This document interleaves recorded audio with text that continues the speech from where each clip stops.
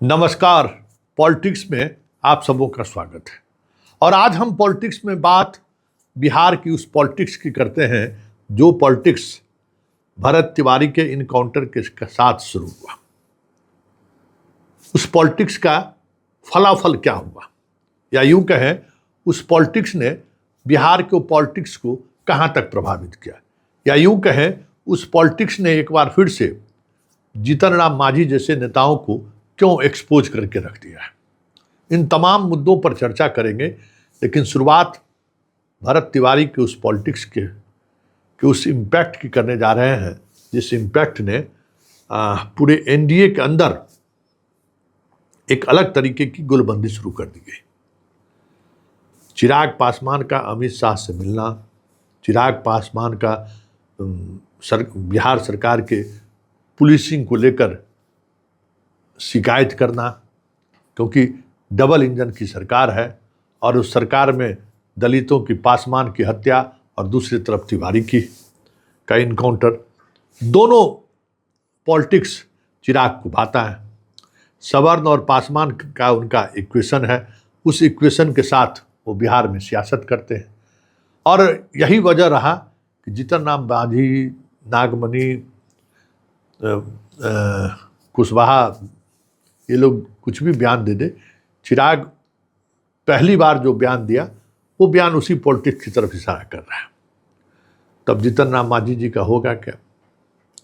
जीतन राम मांझी सवर्णों को लेकर कोई पहली बार इस तरीके का बयानबाजी नहीं किया है।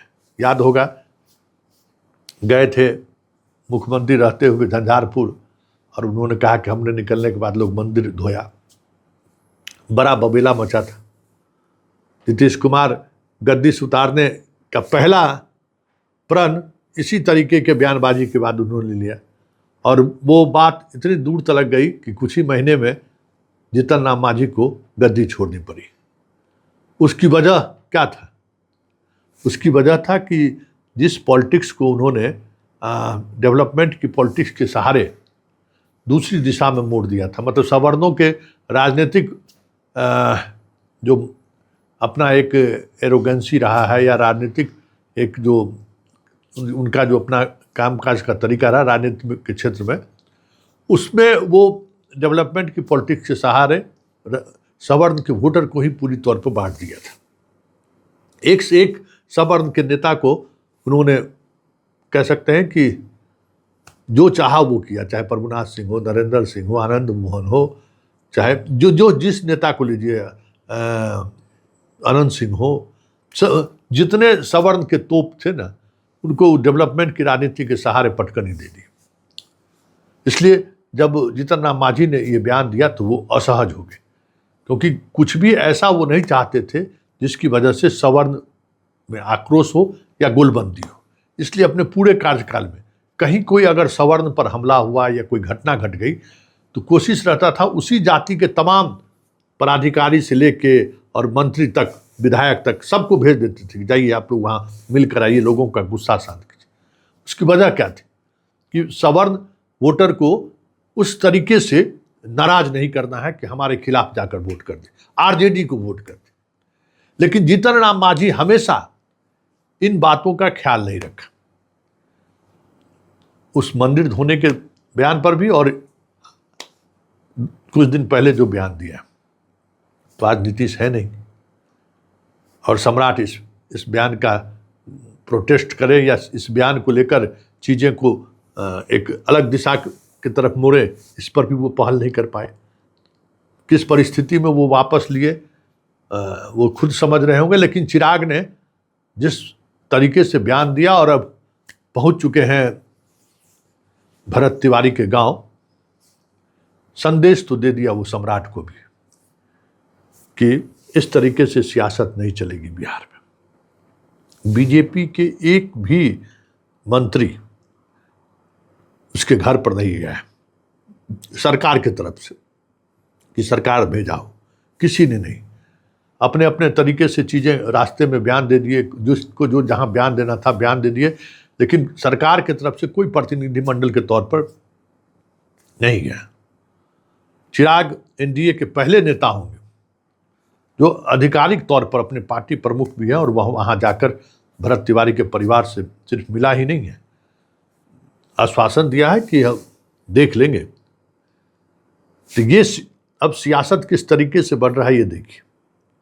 जीतन राम मांझी, नागमणि, भगवान सिंह कुशवाहा जैसे लोग और बाकी जो पटेल और कुशवाहा जो सोशल मीडिया पर जो आग उगलने के काम कर रहे हैं, उन्हें उस पॉलिटिक्स का कितना खामियाजा सम्राट को भुगतना पड़ेगा ये शायद वो महसूस नहीं कर रहे।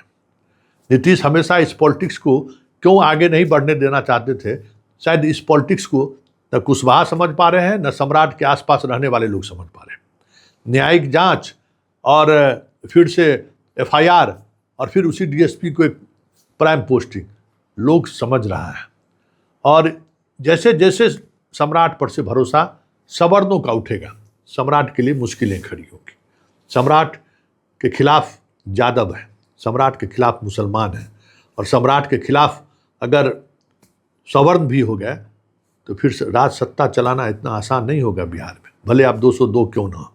क्योंकि जैसे ही ये सब गोल बंद होंगे, अति पिछड़ा का एक बड़ा वर्ग सरकार का साथ छोड़ेगा, और सिर्फ सरकार का साथ नहीं छोड़ेगा, जिस तरीके से भ्रष्टाचार, जिस तरीके से पुलिस का जुल्म, जिस तरीके से बुलडोजर बाबा बनने की महत्वाकांक्षा, ये सारी चीज़ें ऐसी है ना जो सम्राट की पॉलिटिक्स को असहज कर रहा है। देखिए महापंचायत का क्या होता है, उस पर सबकी नज़र टिकी हुई है। क्या होगा क्या नहीं होगा वो तो आने वाला वक्त बताएगा। लेकिन एक बात तो तय है कि भरत तिवारी की पॉलिटिक्स ने पूरे बिहार की पॉलिटिक्स को कह सकते हैं कि मथिया लेके मथ दिया है। कभी देखे हैं जब घी को मथा जाता है, ठीक उसी तरीके से मथ दिया है पूरी पॉलिटिक्स को। हर पॉलिटिक्स करने वाले लोग अधर में हैं कि क्या करें, किधर जाए, क्या वाकई में हम आक्रामक भूमिका अपनाएं, बैकवर्ड फॉरवर्ड की पॉलिटिक्स करें, या फिर तिवारी के साथ खड़े होकर फॉरवर्ड के उस पॉलिटिक्स को अपनी तरफ मोड़ दें।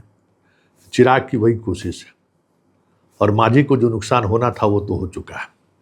और मांझी ने अपने परिवार के सदस्य जो चुनाव लड़ने वाले लोग हैं उनको तो नुकसान दे दिया है, क्योंकि इमामगंज जितने कंस्टिट्यूंसी खुद जहाँ से लड़ते हैं, इमामगंज में राजपूतों की बड़ी संख्या है, वहाँ उसने उनको वोट किया है।